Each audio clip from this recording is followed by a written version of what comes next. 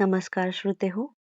आज आपण श्री नवनाथ भक्तिसार कथामृताच्या पहिल्या अध्यायातील अत्यंत अद्भुत आणि रहस्यमय कथा ऐकणार आहोत.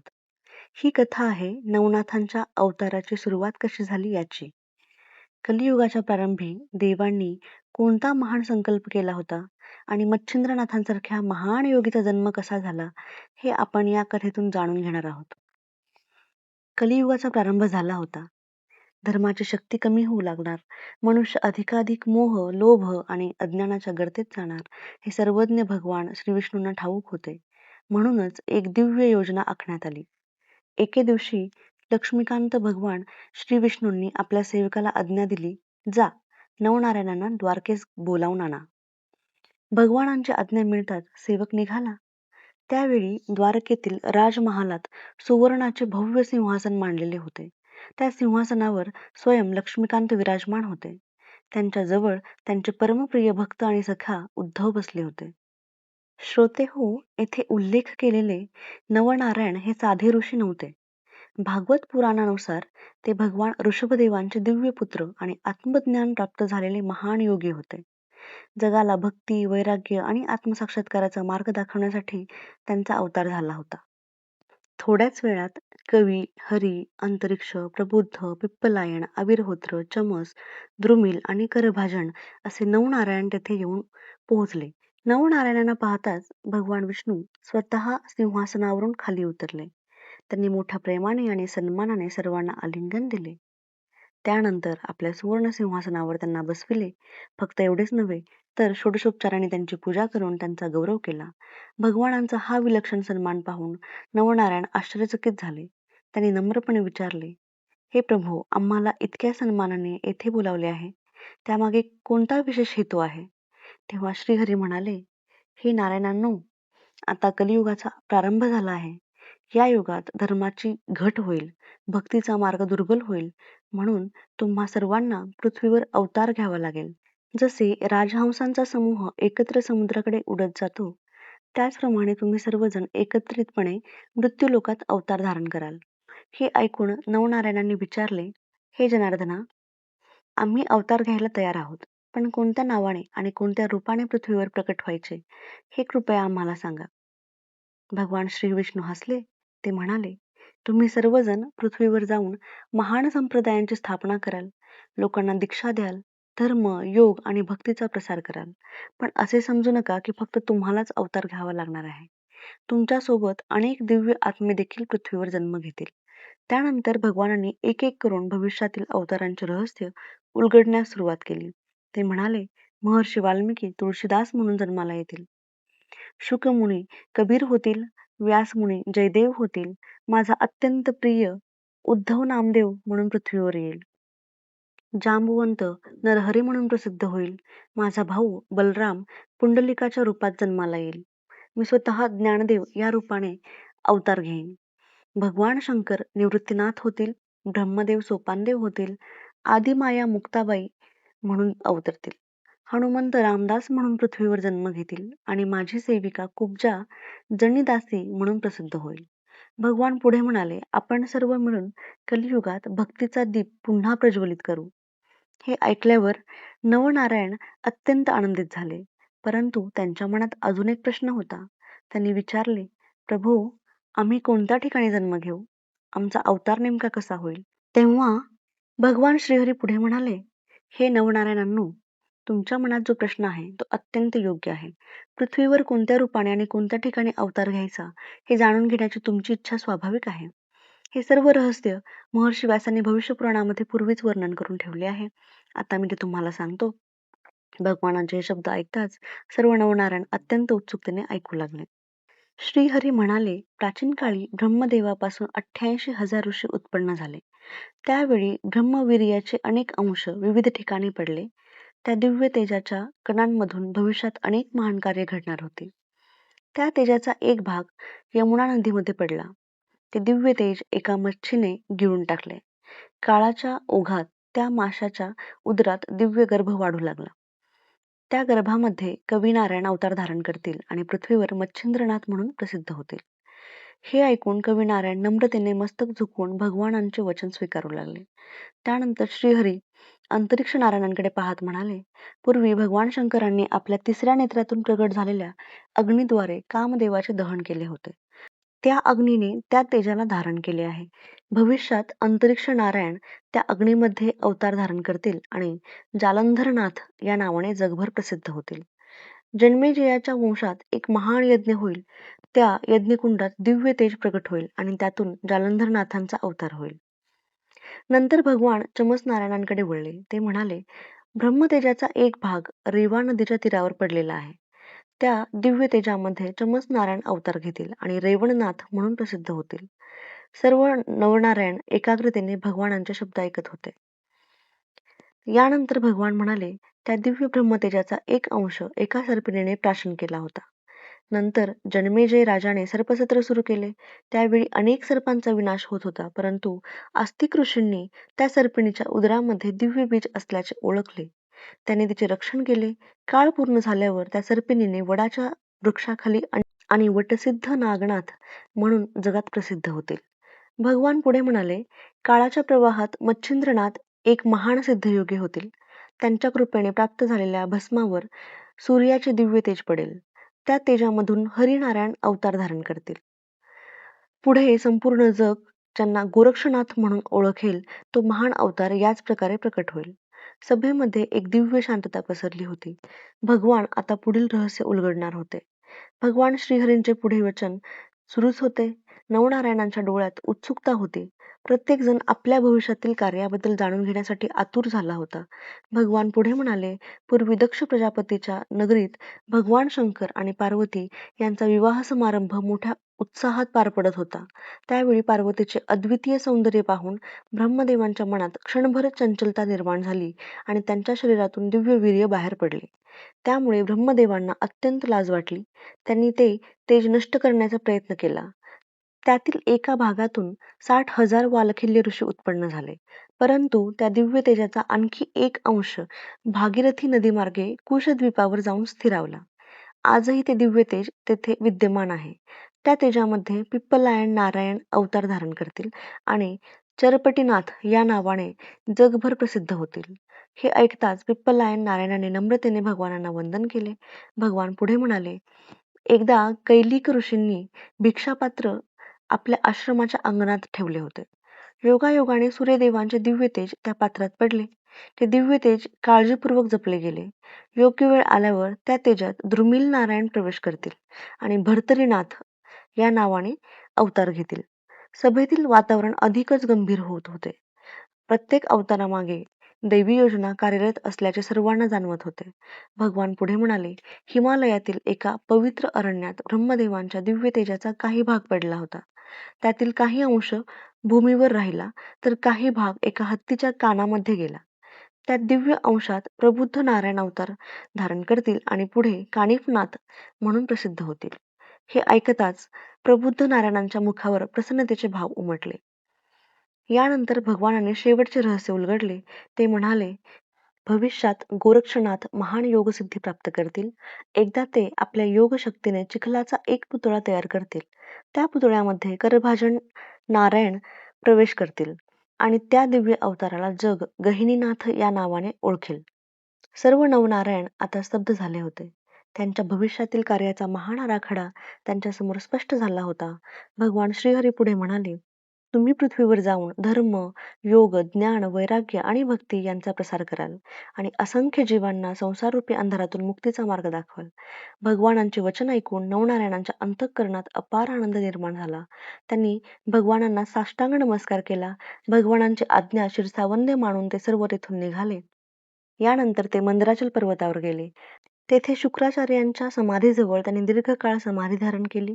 नवनारायण आपल्या योग्य अवतार काळाची प्रतीक्षा करीत होते आणि मग एक असा प्रसंग घडला ज्यामुळे संपूर्ण नाथ संप्रदायाच्या इतिहासाला नवीन वळण मिळाले.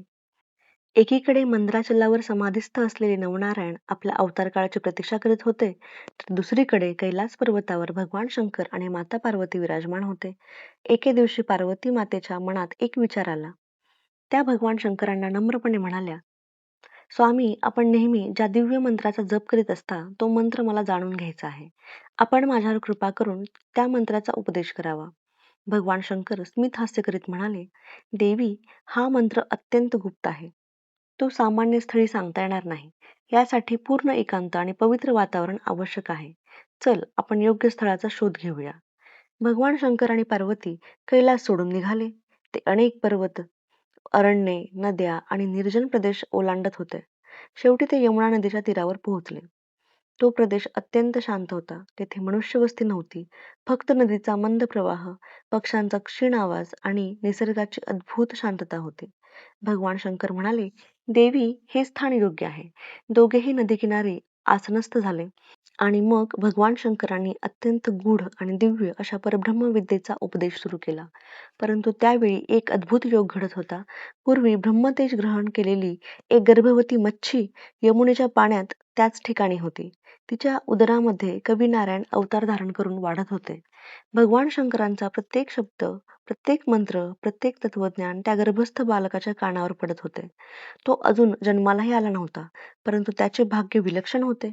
ज्या ज्ञानासाठी ऋषी-मुनी आयुष्यभर तपश्चर्या करतात, ते ज्ञान त्याला गर्भावस्थेतच प्राप्त झाले होते.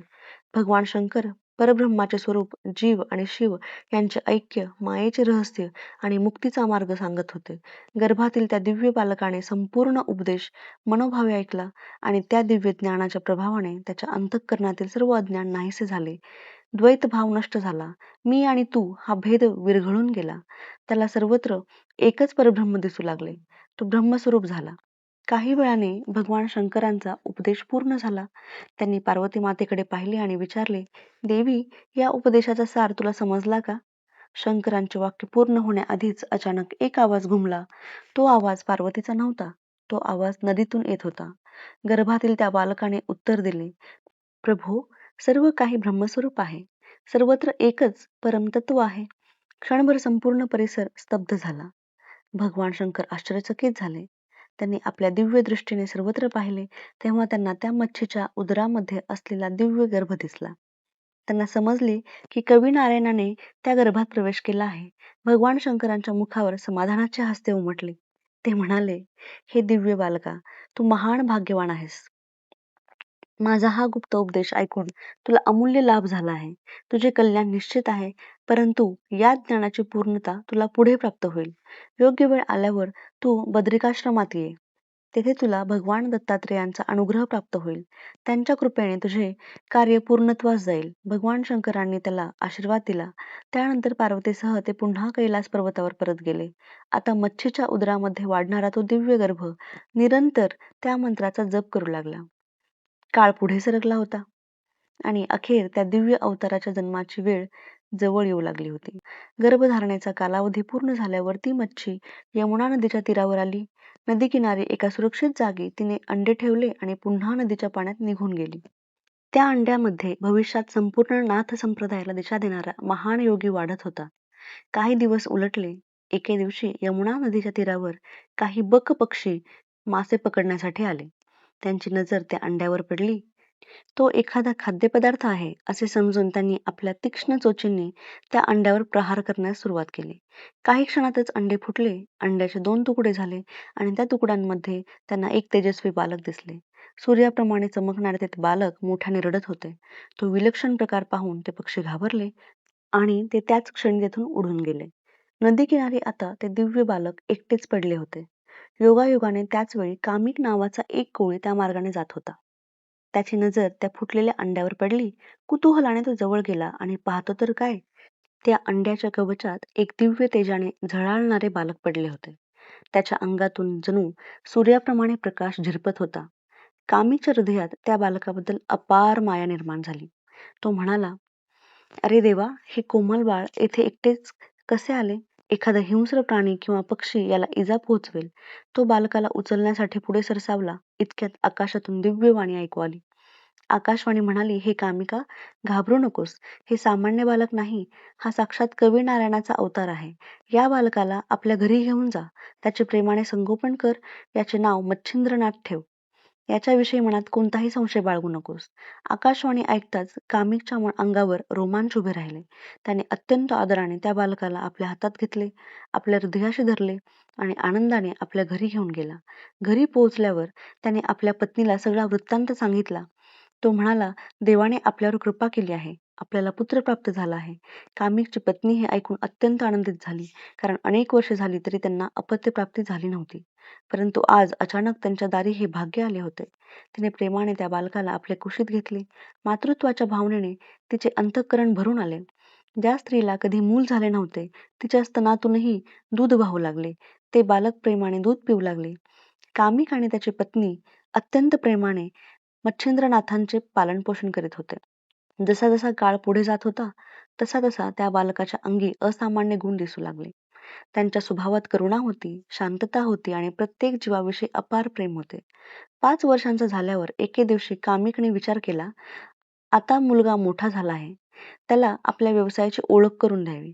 म्हणून त्याने मच्छिंद्रनाथांना सोबत घेतले आणि यमुना नदीच्या तीरावर मासेमारीसाठी गेला. नदीकिनारी पोहोचल्यानंतर कामिकने आपले जाळे पाण्यात टाकले. काही वेळातच असंख्य मासे त्या जाळ्यात अडकले. कामिकने ते मासे बाहेर काढले आणि मच्छिंद्रनाथांच्या जवळ ठेवले. त्यानंतर तो पुन्हा जाळी घेऊन नदीत उतरला. मच्छिंद्रनाथ शांतपणे ते सर्व पाहत होते. त्यांची नजर त्या तडफडणाऱ्या माशांकडे गेली. जाळ्यात अडकलेले ते जीव प्राण वाचवण्यासाठी धडपडत होते. त्यांचा प्रत्येक श्वास जणू मदतीची याचना करीत होता. हे दृश्य पाहून मच्छिंद्रनाथांच्या हृदयात प्रचंड करुणा निर्माण झाली. क्षणभर त्यांनी विचार केला, हे मासे माझ्या मातृकुळातील आहेत. ज्या मच्छीच्या उदरामध्ये माझा जन्म झाला, त्याच जातीचे हे जीव आहेत. माझे वडील त्यांच्या प्राणांचा नाश करीत आहेत. मी हे सर्व पाहत असताना शांत कसा बसू? त्यांच्या मनात आणखी एक विचार चमकून गेला. त्यांना अस्तिक ऋषींची कथा आठवली. ज्याप्रमाणे अस्तिक ऋषींनी जन्मेजयाच्या सर्पसत्रात नागवंशाचे रक्षण केले होते, त्याचप्रमाणे आपणही ह्या निरपराध जीवांचे रक्षण केले पाहिजे, असा निश्चय करून मच्छिंद्रनाथ उठले. त्यांनी एक मासा उचलला आणि अलगदपणे पुन्हा नदीच्या पाण्यात सोडून दिला. तो मासा आनंदाने पोहत निघून गेला. मग त्यांनी दुसरा मासा सोडला, तिसरा सोडला. असे करता करता त्यांनी सर्व मासे पुन्हा नदीत सोडण्यास सुरुवात केली. इतक्यात कामिकची नजर त्या दृश्यावर पडली. क्षणभर त्याला आपल्या डोळ्यांवर विश्वासच बसला नाही. तो संतापाने नदीबाहेर धावत आला. त्याच्या चेहऱ्यावर प्रचंड राग होता. तो मोठ्याने ओरडला, "हे काय करतोयस तू? मी इतकी मेहनत करून हे मासे पकडले आणि तू त्यांना पुन्हा नदीत सोडून देतोस?" रागाच्या भरात त्याने मच्छिंद्रनाथांना अनेक चपराकाही मारल्या. तो म्हणाला, "जर असेच करायचे असेल तर पुढे खाणार काय? भीक मागून जगायचे आहे का तुला?" रागाच्या भरात बोलून तो पुन्हा नदीत गेला. परंतु मच्छिंद्रनाथांच्या मनावर त्या प्रसंगाचा खोल परिणाम झाला. त्यांना मारामुळे दुःख झाले नव्हते. दुःख झाले होते ते एका गोष्टीचे, आपले पालनपोषण करणारे वडील निरपराध जीवांची हत्या करून उदरनिर्वाह करतात या विचाराचे. त्यांच्या अंतःकरणात वैराग्याची ज्योत प्रज्वलित झाली. ते मनात म्हणाले, हिंसेतून मिळालेले अन्न पवित्र असू शकत नाही. भिक्षेचे अन्न अधिक शुद्ध आहे. जर जगायचेच असेल तर अशा मार्गाने जगले पाहिजे ज्यात कोणत्याही जीवाला त्रास होणार नाही. हा विचार त्यांच्या मनात दृढ होत गेला. कामिक पुन्हा नदीत मासेमारीत गुंतला होता. हीच योग्य वेळ आहे असे मच्छिंद्रनाथांनी ठरविले. नंतर आपल्या दत्तक आई वडिलांची मनोमन क्षमा मागितली आणि कोणालाही काही न सांगता तेथून निघाले. लहान वय, हातात काही नाही, सोबत कोणी नाही, परंतु हृदयात परमेश्वरावरील अखंड विश्वास आणि वैराग्याची ज्योत होती. चालत चालत अरण्ये ओलांडत, पर्वत पार करत ते उत्तरेकडे निघाले. अखेर ते पवित्र बद्रिकाश्रमात पोहोचले. याच भूमीत असंख्य ऋषींनी तपश्चर्या केली होती. याच भूमीत देवतांनी साधना केली होती. मच्छिंद्रनाथांनीही तेथेच तप करण्याचा निर्धार केला. आणि मग सुरू झाली अशी तपश्चर्या ज्याची कीर्ती पुढे संपूर्ण भारतभर पसरली. मच्छिंद्रनाथांनी आपल्या जीवनाचे एकमेव ध्येय निश्चित केले, परमसत्याची प्राप्ती. तेथे त्यांनी अत्यंत कठोर तपश्चर्या आरंभली. दिवस गेले, महिने सरले, ऋतू बदलले, परंतु मच्छिंद्रनाथांची साधना अखंड सुरूच राहिली. त्यांचे मन संसारापासून पूर्णपणे अलिप्त झाले होते. त्यांना न भूक जाणवत होती, ना तहान, ना थंडीची पर्वा होती, ना उन्हाची. त्यांचे संपूर्ण चित्त परमेश्वराच्या चिंतनात विलीन झाले होते. अनेक वर्षे लोटली, परंतु त्यांच्या तपश्चर्येत किंचितही खंड पडला नाही. शरीर दिवसेंदिवस कृश होत गेले, मांस झडले, शरीरातील शक्ती क्षीण होत गेली. अखेरीस अशी अवस्था झाली की त्यांच्या शरीरावर केवळ त्वचा आणि हाडे उरली. जणू काही हाडांचा सांगडाच ध्यानस्थ बसला आहे असे वाटत होते. परंतु बाह्य शरीर कितीही क्षीण झाले तरी त्यांच्या अंतर्मनातील तेज दिवसेंदिवस वाढत गेले होते. 12 वर्षे अशीच कठोर तपश्चर्या चालू राहिली. मच्छिंद्रनाथ आता सिद्धीच्या उंबरठ्यावर पोहोचले होते. दुसरीकडे नियती देखील आपले कार्य करीत होती, कारण भगवान शंकरांनी पूर्वीच सांगितले होते की योग्य वेळ आल्यावर त्यांना भगवान दत्तात्रेयांचा अनुग्रह प्राप्त होईल. आता ती वेळ जवळ येत होती. एके दिवशी भगवान दत्तात्रेय भ्रमण करीत करीत शिवालयात आले. तेथे त्यांनी भगवान शंकरांची स्तुती केली आपल्या परमभक्ताची स्तुती ऐकून भगवान शंकर प्रसन्न झाले. ते स्वतः प्रकट झाले. दोघांनी एकमेकांना प्रेमाने आलिंगन दिले. त्यानंतर ते एका शांत स्थळी बसले. काही काळ त्यांनी परस्परांच्या कुशलक्षेमाची चौकशी केली. संवाद चालू असतानाच भगवान दत्तात्रेय म्हणाले, माझ्या मनात बरेच दिवस एक इच्छा आहे. बद्रिकाश्रमातील रमणीय अरण्य पाहावे असे वाटत आहे. भगवान शंकर स्मित हास्य करीत होते. कारण त्यांना माहीत होते की ही इच्छा केवळ योगायोग नव्हती. ईश्वराची योजना कार्यरत होती. प्रत्यक्षात मच्छिंद्रनाथांच्या तपश्चर्येचे फळ देण्याची वेळ आली होती आणि त्या दिव्य योगाची पूर्तता करण्यासाठीच दत्तात्रेयांच्या मनात बद्रिकावन पाहण्याची प्रेरणा निर्माण झाली होती. भगवान शंकर म्हणाले, चला आपण तेथे जाऊया. त्यानंतर भगवान शंकर आणि भगवान दत्तात्रेय एकत्र बद्रिकाश्रमाच्या दिशेने निघाले. मार्गात त्यांनी पर्वतांचे वैभव पाहिले, घनदाट अरण्यांची शोभा पाहिली, निर्मळ जलप्रवाहांचे सौंदर्य अनुभवले. संपूर्ण परिसर दिव्य शांततेने नटलेला होता. दोन्ही महायोगी त्या निसर्ग सौंदर्याचा आनंद घेत पुढे पुढे जात होते. परंतु त्यांच्या या प्रवासामागे एक महान उद्देश दडलेला होता. 12 वर्षे तपश्चर्या करून बसलेल्या त्या दिव्य बालयोगीची भेट आता जवळ आली होती. लवकरच भगवान दत्तात्रेयांची कृपादृष्टी मच्छिंद्रनाथांवर पडणार होती आणि त्याच क्षणापासून नाथ संप्रदायाच्या इतिहासातील एक नवीन अध्याय सुरू होणार होता. मच्छिंद्रनाथांच्या महान कार्याचा प्रारंभ होणार होता. याच ठिकाणी पहिल्या अध्यायाचा पूर्वार्ध संपतो आणि पुढील अध्यायात भगवान दत्तात्रेय आणि मच्छिंद्रनाथ यांची दिव्य भेट, अनुग्रह आणि पुढील अद्भुत घटनांची कथा उलगडत जाते. नाथ संप्रदायाच्या परंपरेनुसार या पहिल्या अध्यायाचे श्रद्धापूर्वक श्रवण केल्याने घरातील नकारात्मकता दूर होऊन मनाला धैर्य, शांती आणि गुरुकृपेची अनुभूती मिळते. श्री नवनाथ महाराज सर्वांवर कृपादृष्टी ठेवोत. श्री मच्छिंद्रनाथ महाराज की जय. श्री गुरुदेव दत्त.